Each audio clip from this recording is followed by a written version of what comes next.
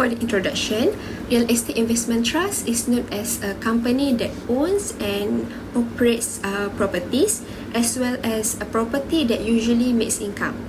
It actually considered to be a commercial real estate stock because Bursa Malaysia lists this rate itself. The property of REIT are hospitals, hotels, office buildings and other commercial real estate. The main business of Al-Salam is to invest in various property which the property must comply with Sharia law. It was successfully listed on Bursa Malaysia's main board on 29 December 2015 and it began the year with 31 properties and now Reits has grown its portfolio to 54 properties in Malaysia. Now I will continue with the features of Al-Salam Reits. Al-Salam Reits is a short form for Al-Salam Real Estate Investment Trust. It is one of income growth fund that can be categorized in diversified real estate investment trust. The stock name and code for Al-Salam Reits is ALS REIT/5269. Al-Salam Reits has been listing in main market of Bursa Malaysia Securities Berhad on 29 September 2015. The fund size of Al-Salam Reits is 580 million units, with the policy of distribution at least 90% from the distribution income.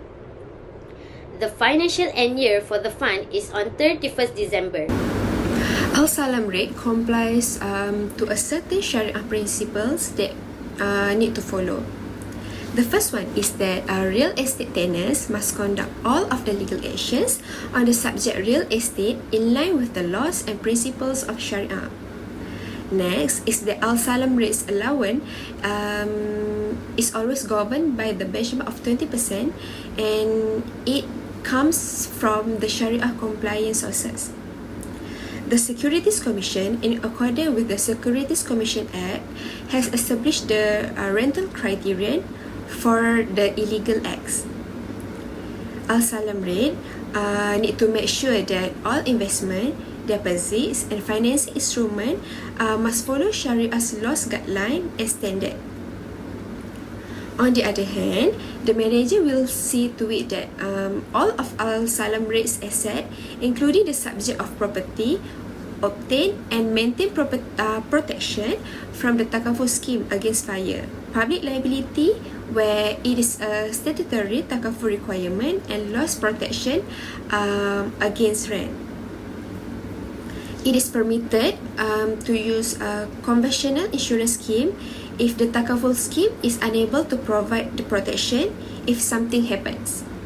The last one is Al-Salam Reits may only take advantage of opportunities that are established under the rules and not established under another part. Let's move to the differences between Al-Salam Reits and conventional Reits. For the first one, Al-Salam Reits allowed to participate in currency of sale and purchase as well as business with IFI. While for the conventional, they are still allowed even the product is non-halal or halal practice. The second difference is real estate product will be insured by the takaful scheme, but for conventional, they will be covered by their asset through gaming and gambling. Lastly, for Al-Salam Reits of funding, deposit and investment will follow and align with the Sharia compliant, but for conventional, they will based on the interest which is riba. Next, I will explain about the structure of Al-Salam Reits. There are several divisions that involve in the trust structure. Sharia committee play a big role in Reits Malaysia because they will look over the current product and also new concept of the product. Al-Salam Reits will be advised by the Sharia committee to always align their structure and documentation with Sharia compliant. It is due to the Al-Salam Reits specific goal which is meet the Sharia requirement. In December 2015, KIP Reits Management Sdn Bhd has decided to establish a Reits manager for certain purpose. It generally to just carry out the investment strategy that align with KIP Reits investment goal. For property manager or as a strata solution is a division that involves with service provider and Reits property. They will set up the property management fee between Al-Salam Reits and property manager. Service provider, which is Reits, will appoint a company to manage their products such as ISB property management, and at the same time they will help the property manager.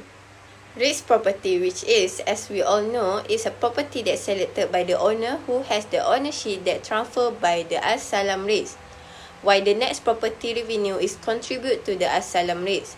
Rate trustee, or can be called Amanah Raya Trustee Berhad, will act on behalf of units holder or investor. Amanah Raya Trustee Berhad has been the safeguard in the IREITs to certify the act and law that are capable to protecting the investor. Unit holder or investor, or better known as a share unit holder, of this unit still called investor even they have one or more unit in the investment under investment trust. Okay, now I will proceed with the case study Al-Salam Reits.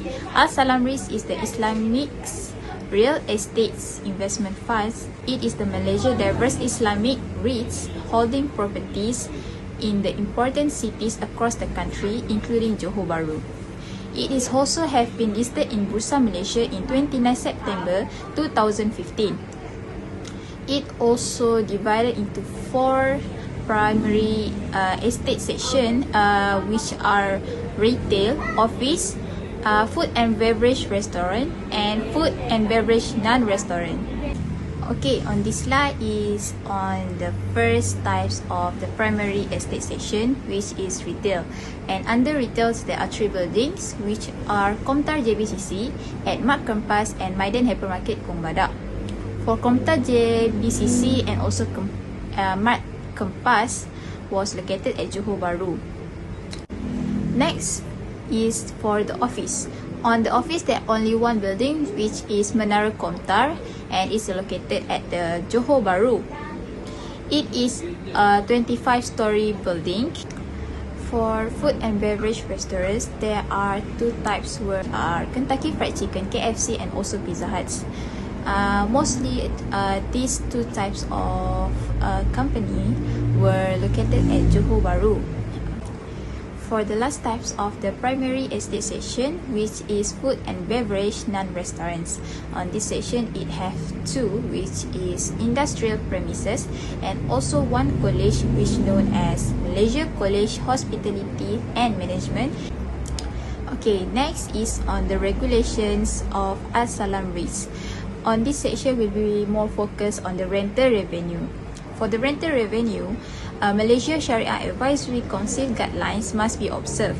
So the rental revenue must be sourced from the Sharia compliant activity and must adhere to 20% non-permissible activity. Al-Salam Reits property renter are expected to solely participate in the Sharia compliance activity, which are the rules and the standards according to the Sharia compliance. As a conclusion, we can conclude that it is a right to include REIT as a part of investment portfolio because it is a defensive investment. The current capital market is not complete without REIT. This instrument is provided by both conventional and Islamic capital markets. The rules established by Sharia committees that have been appointed by IREIT management boards are binding on IREITs in their investment activities. IREITs won't be significantly impacted by the current market because their steady asset is stable and not directly impacted by the market volatility. IREITs aims to give investors new investment options so they can diversify their portfolios and reduce risk. Because of this, it is anticipated that more work will be able to be done to develop Islamic capital market in Malaysia.